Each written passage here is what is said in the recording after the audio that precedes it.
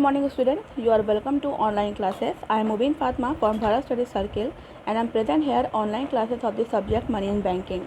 Now let's start with the chapter number 3rd of Money Banking and the chapter name is Investment of a Bank Fund.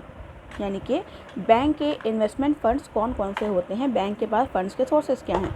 First of all let start with the very short answer type question and the number 1 question is what is dead stock. Dead stock क्या होता है.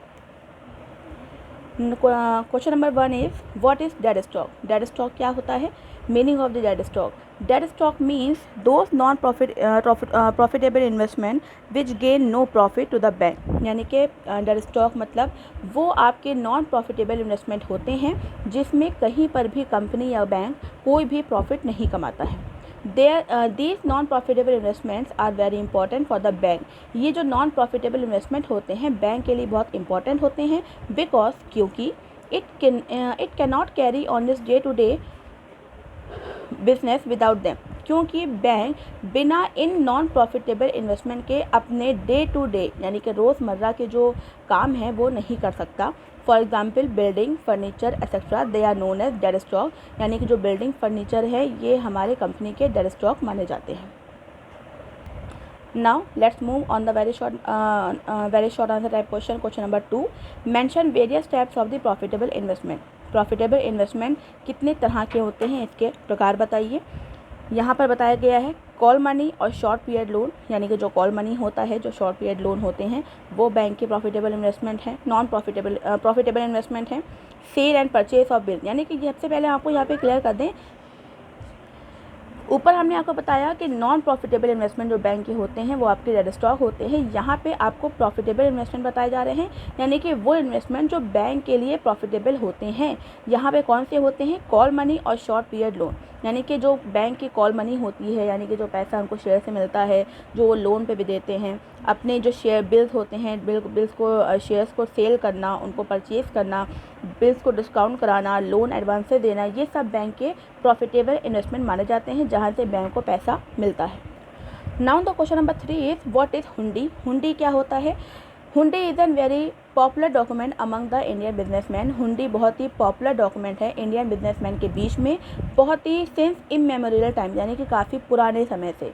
There is no government hold on hundis. Hundis के ऊपर सरकार का कोई भी control नहीं होता है क्योंकि जो हुंडीज़ होती हैं ये पूरी तरह से प्राइवेट इंस्ट्रूमेंट्स होती हैं यानी कि बिल्कुल प्राइवेट ही होता है. Now students let's move on the long answer type question and the number 1 question is what precautions should be taken by the bank while giving loan. यानी कि जब बैंक लोन देता है तो कौन सी सावधानियां बरतता है, कौन से प्रिकॉशंस लेता है.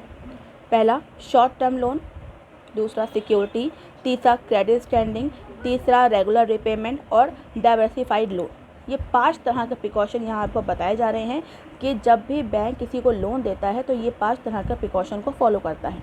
पहला है short term loan. Bank should grant loan to the borrower for short period only. यानी कि बैंक को अपने बोरोवर को यानी कि जो उनका लेनदार होता है उनको सिर्फ शॉर्ट टर्म के लोन ही प्रोवाइड करना चाहिए क्योंकि because they are lesser possibilities of the bad debts. क्योंकि वहाँ पर बैड डेब्ट्स की पॉसिबिलिटी काफ़ी कम हो जाती है और पैसा जहाँ पे फंसता नहीं है. सेकेंड आपका आता है security. Proper security is very essential for the bank. Bank के लिए प्रॉपर सिक्योरिटी बहुत ज़रूरी है.